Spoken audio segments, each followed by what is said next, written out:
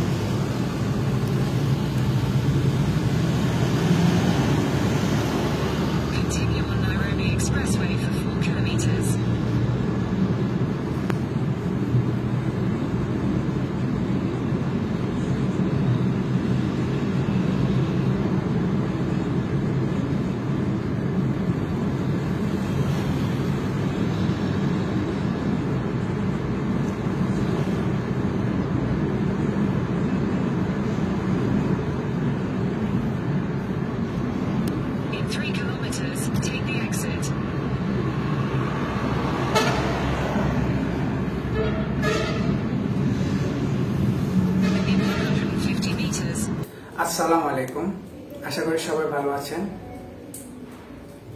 আমার নতুন ভিডিওতে সবাইকে স্বাগতম। আজকে হচ্ছে আমি এখন কেনিয়ার নাইরোবি সিটিতে। আজকে হচ্ছে আগস্টের 3 তারিখ। গতকালকে আমি আগস্টের 2 তারিখে আমি কেনিয়াতে আসছি। ভিয়েতনাম থেকে কেনিয়াতে চায়না সাউথার্ন এয়ারলাইন্স দিয়ে এসেছি। তো গতকালকে আমার কেনিয়ার ইমিগ্রেশন ফেস করার যে অভিজ্ঞতাটা সেটা আমি আজকে এই ভিডিওতে শেয়ার করবো পুরোটা। আমি যখন কেনিয়াতে আসি, তারপরে নাইরোবি আসার পরে প্রথমে আমি এয়ারপোর্ট থেকে ইয়েলো ফিভার ভ্যাকসিনটা নিয়ে নিই। ইয়েলো ফিভার ভ্যাকসিন নেওয়ার পরে আমি যখন ইমিগ্রেশন উদ্দেশ্যে যাই তখন এখানে অনেক বেশি ক্রাউড ছিল। থাকার পরে সবে আমি যেহেতু চায়না সাউথার্ন দিয়ে এসেছি, তো চাইনিজ অনেক মানুষ ছিল, তো সবারই ইমিগ্রেশন স্মুথলি হলো, কারো কোনো প্রবলেম হলো না, ইনস্ট্যান্ট সিট পাইলো, চলে গেলো এমনই। তো আমি যখন আমার বাংলাদেশের পাসপোর্টটা দিলাম, তারপরে আমার দিকে বড় বড় করে চোখ দিয়ে তাকানোর পরে আমাকে বলতেছে যে কতদিন থাকবো, আমি 16 দিন। মানে এই কথা বলার পর ডাইরেক্ট আমাকে বলতেছে তুমি চলো। এই কথা বলে আমাকে আলাদা ইমিগ্রেশন রুমে নিয়ে গেল। সেখানে নেওয়ার পরে আমাকে বলতেছে যে আমাকে মানে আমার ট্রাভেল হিস্টোরি পর্যন্ত দেখে নেয়, কিছুই দেখে নেয়, পাসপোর্টটা খুলে নেয়, জাস্ট বাংলাদেশ পাসপোর্টটা দেখেই সে আমাকে ইমিগ্রেশনে আলাদা রুমে নিয়ে গেল। আর আলাদা রুমের ইমিগ্রেশনে সে আমার পাসপোর্টটা দেখিয়ে বলতেছে যে তুমি কেনিয়াতে ঢুকতে পারবা না। আমি বললাম যে কেন? ও কিন্তু আমাকে আসলে পাসপোর্টটা খুলে নেয়, এই স্ক্যানও করে নেই, বাস আমার পাসপোর্টে কোনো প্রিভিয়াস ট্রাভেল হিস্টোরি পর্যন্ত দেখে নেয়।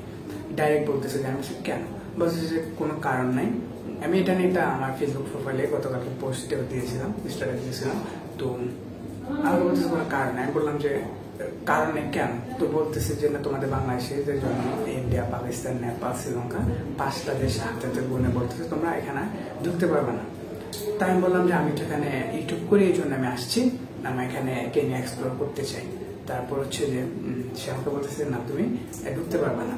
তো যখন অনেকক্ষণ তর্কতর্কি করার পরে সে আমাকে বললো যে তোমার ইউটিউব চ্যানেলের নাম কি? তখন আমি নিজেই টাইপ করে দিলাম তার কম্পিউটারে। করার পর আমার যখন ইউটিউব চ্যানেলটা দেখলো, দেখার পরে তো বলতেছে যে না তাও তুমি ঢুকতে পারবে না এরকম। আমি বললাম আশ্চর্য। হ্যাঁ, তারপর হচ্ছে যে আমাকে আমি বললাম যে আমার নামটা গুগলে করে দেখতে পারেন। তো গুগল করে দেখার পরে যখন সবকিছু আমার আদার্স সোশ্যাল প্ল্যাটফর্মগুলো সবকিছু দেখার পরে ওরা একটু নর্মাল হলো, বলে যে বসতে। তারপর হচ্ছে যে আরো 4-5 জন অফিসার আসলো, এসে আমার সবগুলো দেখলো, দেখার পরে তারপর হচ্ছে যে অ্যাপ্রুভ করলো, আলহামদুলিল্লাহ। তো এখন কথা হচ্ছে যে কেউ যদি বাংলাদেশ থেকে এজেন্সি ছাড়া, যেমন আমি সোলো ট্রাভেলার, যে আমার মতো যে একা কিংবা বন্ধু দিয়ে একজন নিয়ে আসেন, অবশ্যই বুঝে শুনে আসবেন, অবশ্যই ট্রাভেল হিস্ট্রি ভালো একটা নিয়ে আসবেন। কারণ এখন আমরা বাংলাদেশ থেকে বসে আফ্রিকার কান্ট্রিগুলোকে যতটুকু ছোট করে মনে করে দেখি, আসলে তাদের ইমিগ্রেশনগুলো খুবই খারাপ, খুবই জঘন্য। এখানে কারাপশন বেশি, তারা ধান্দা করার অনেক চেষ্টা করে।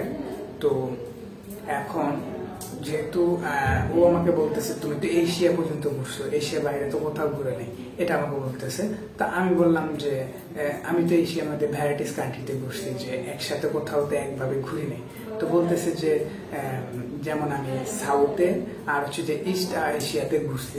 তো সেগুলো বলার পরে যেমন এখান দিয়ে হচ্ছে যে সাউথে হচ্ছে যে India, Nepal, India, Nepal, Bangladesh, sorry India, Nepal, Sri Lanka, Malaysia, Singapore এগুলা, আর ইস্টে যেন ভিয়েতনাম।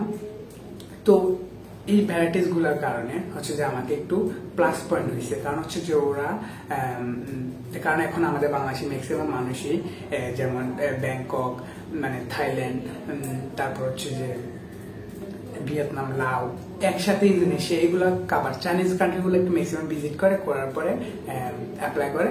তো যার কারণে অথবা যারা বিছানায় একবার তারা ওইদিকে দৌড়তে যাওয়ার কারণে এখন সব ইমিগ্রেশনে বুঝে যে তাদের উদ্দেশ্যটা হচ্ছে যে এরকম। তো এখন আমাকে কেন ইমিগ্রেশন আসতে এত বাধা হলো, কারণ হচ্ছে যে বাংলাদেশে আমাদের পূর্বতে কিছু মানুষ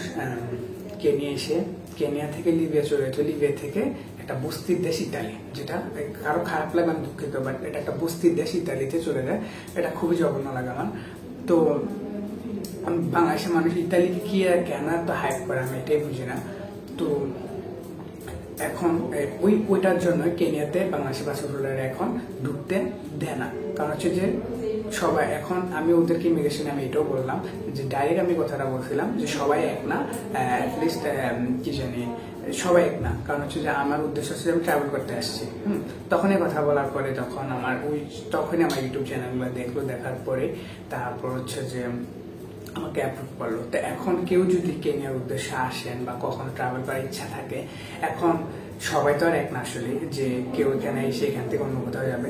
তো এখানে আসলে যারা ট্রাভেল উদ্দেশ্যে আসবেন অবশ্যই ট্রাভেল হিস্ট্রি, ভালো একটা ট্রাভেল হিস্ট্রি নিয়ে আসবেন যেন এখানে কোনো সমস্যা না হয় আপনার। তারপর হচ্ছে যে যদি এশিয়ার মধ্যে ঘোরাঘুরি করেন তাহলে একটু ভ্যারাইটিস ভাবে ঘোরাঘুরির চেষ্টা করবেন, যেন তারা আপনাকে কোনো সন্দেহ না করতে পারে কিংবা আপনাকে ডিপোর্ট না করতে পারে। তো অবশ্যই এই ভিডিওটা বানানোর একটা উদ্দেশ্য, কারণ হচ্ছে যে একটা ফ্লাইট কস্ট অনেক বেশি এখন বর্তমানে কেনিয়ার মতো দেশে, যেহেতু আমাদের বাংলাদেশি পাসপোর্ট হোল্ডারকে এখন ঢুকতে দেয় না, তাহলে বুঝতে পারেন আমাদের পাসপোর্টটা এখন কতটুকু উইক হয়ে গেল। তো যার জন্য এখন যেখানে যান না কেন, শুধু কেনিয়া না, যে দেশে যান না কেন, অবশ্যই বুঝে শুনে এখন ফ্লাইটের টিকিট কাটবেন, বুঝে শুনে একটা স্টেপ নেবেন। কারণ হচ্ছে যে একটা দেশে আপনি কষ্ট করে অনেক টাকা স্পেন্ড করে যখন আপনি যাবেন, সেখান থেকে আপনাকে ডিপোর্ট করে দেয় কিংবা আপনাকে অ্যালাউ না করে, বা মানে যেটাই হোক, মানে একটা মিস হলে আপনার খুবই খারাপ লাগবে। কারণ হচ্ছে যে একটা ফ্লাইট কস্ট অনেক বেশি, আর তার উপর যদি আপনি কষ্ট করে জার্নি করে যাওয়ার পর যদি দেশে ঢুকতে না পারেন তাহলে সেটা খুবই খারাপ লাগবে। তো যে দেশে যান না কেন অবশ্যই একটু বুঝে শুনে, এখন বাংলাদেশের পরিস্থিতি খুবই খারাপ, তো যার জন্য এখন পুরো বিশ্বে আমাদের পাসপোর্টটাকে এখন আরো বেশি খুবই নিচু চোখে দেখে। তো যেখানে যান না কেন অবশ্যই একটু বুঝে শুনে যাওয়ার চেষ্টা করবেন। আর বাংলাদেশের পরিস্থিতি একটু নর্মাল না হওয়া পর্যন্ত কিংবা বছরখানেক না যাওয়া পর্যন্ত কোথাও স্টেপ না আনার একটা অনুরোধ করব। এটা আপনাদের পার্সোনাল ব্যক্তিগত ব্যাপার। তারপরে একটা অনুরোধ করবো যে বাংলাদেশের পরিস্থিতিটা এখন একটু ঠান্ডা না হলে কোথাও এখন মুভ না করার জন্য, কারণ যেখানে যাবেন না কেন এখন বাংলাদেশি পাসপোর্ট দেখলেই ডিপোর্ট করার চান্সটা একটু বেশি। তো এখান থেকে কেনিয়া থেকে আমার যে একটা লিগেল ওয়েতে আমি যেখানে যাওয়ার, মানে আমার পরবর্তী ট্রাভেল যেখানে ছিল সেটার ব্যাপারে আমি পরবর্তী একটা ভিডিওটা বানাবো। এখন যারা আমার চ্যানেল নতুন আসছেন তারা অবশ্যই সাবস্ক্রাইব করে রাখবেন। আমি আমার ট্রাভেল স্টোরির যত অভিজ্ঞতা, যত কিছু আমি এক্সপ্লোর করলাম সবকিছু আমি স্টেপ বাই স্টেপ আমি আপলোড করবো। এখন আমার অনেক ভিডিও এখন আপলোড করা হয়নি, এগুলো আমি আস্তে আস্তে করে আপলোড দিব। তো আমার এই ভিডিওটা বানানোর একটাই উদ্দেশ্য হলো যেন আপনারা এখন বর্তমানে কোথাও যাওয়ার আগে বুঝে শুনে টিকিট কাটাটা অনেক বেশি ভালো। কারণ হচ্ছে আমার গতকালকে ইউটিউবটা ছিল বলে, ব্যাকআপ ছিল বলে আলহামদুলিল্লাহ আমি ঢুকতে পারছি। এখন সবার তো আর ইউটিউব নেই বা সবাই তো ব্লগিং করে না, কেউ কেউ জাস্ট শখের বসে ঘুরে করে। আবার কেউ একটা কথা আবার এটা বলবো যে ভাই যেখানে যান না কেন কখনো অবৈধভাবে যাবেন না, কোথাও অবৈধভাবে থাকার চেষ্টা করবেন না। আপনি একজন অবৈধ থাকার জন্য আপনার দেখে দেখে আরো 2 জন আসবে, ওই 2 জনের কারণে আরো 10 জন আসবে। তো যার জন্য আমাদের যারা রিয়েল অথেন্টিক ট্রাভেলার বা যাদের উদ্দেশ্য অন্যটা থাকে, তারা পর্যন্ত এই অনেক কিছু প্রশ্নের সম্মুখীন হতে হয় বা আপনাদের জন্য ওদেরকে ডিপোর্ট করে। তো যার জন্য একটা অনুরোধ করবো, যেখানে যান না কেন বৈধভাবে, ট্যুরিস্ট ভিসা থেকে বৈধ হওয়ার অনেক উপায় আছে। টুরিস্ট থেকে বৈধ হয়ে তারপর থাকবেন, কিন্তু অবৈধ হবে না। অবৈধ হলেই আমাদের দেশের পাসপোর্টটাকে খুবই নিচু চোখে দেখতেছে এখন বর্তমানে, ভবিষ্যতে আরো বেশি দেখবে যদি আপনারা এভাবে অবৈধভাবে কোথাও গিয়ে সেটেল হওয়ার চেষ্টা করেন। তো এই ভিডিওটা বানানোর একটা উদ্দেশ্য, কখনো কোথাও অবৈধ হবেন না। তারপর হচ্ছে যে বর্তমানে বাংলাদেশের পরিস্থিতি ঠান্ডা না হওয়া পর্যন্ত কোথাও টিকিট কাটবেন না, কারণ হচ্ছে যে এটা খুবই আপনার রিস্ক হতে পারে। আর আমি তো বললামই যে অনেক কষ্ট করে টাকা স্পেন্ড করে যদি আপনি দেশে না ঢুকতে পারেন, তারপর ওটা সবচেয়ে বেশি খারাপ লাগে। টাকাটা নষ্ট হলেও যতটুকু খারাপ না লাগবে, ঢুকতে না পেলে আরো বেশি, তার চেয়ে বেশি কষ্ট লাগবে আপনার। তো এখন বর্তমানে কোথাও ট্রাভেল করার আগে অবশ্যই বুঝে শুনে, বাংলাদেশের পরিস্থিতি ঠান্ডা হলে তারপর ট্রাভেল করবেন। এর আগে কোথাও মুভ না করার জন্য এটা আপনাদের একটা সাজেশন থাকবে। তারপরে হচ্ছে আপনাদের ব্যক্তিগত ইচ্ছা, কিন্তু এটা হচ্ছে যে আপনাদের একটা ভালোর জন্য আমি ভিডিওটা বানালাম। তো আমার জন্য সবাই দোয়া করবেন। আর আমি ভবিষ্যতে আরো যত ট্রাভেল করবো বা যা এক্সপ্লোর করবো, সবকিছু আমি প্রত্যেকটা ভিডিওতে সুন্দর করে বোঝানোর চেষ্টা করি। আমি কেনিয়াতে আরো 16 দিন পর্যন্ত আছি, তো যতটুকু আমার এক্সপিরিয়েন্স হবে আমি অবশ্যই ইনশাল্লাহ সবকিছু তুলে ধরার চেষ্টা করব। তো এখানে আমি যে এরিয়াটা আসছি, ইমিগ্রেশন অফিসার পর্যন্ত বলছে যে এরিয়াটা সেফ না। তারপর আমি এয়ারপোর্টে বাইর হওয়ার সময় আমাকে যে ট্যাক্সি ঠিক করে দিল, সেও পর্যন্ত বললো যে এখানে সেফ না, 7টার পর থেকে না বাইরে হওয়ার জন্য আমাকে বললো।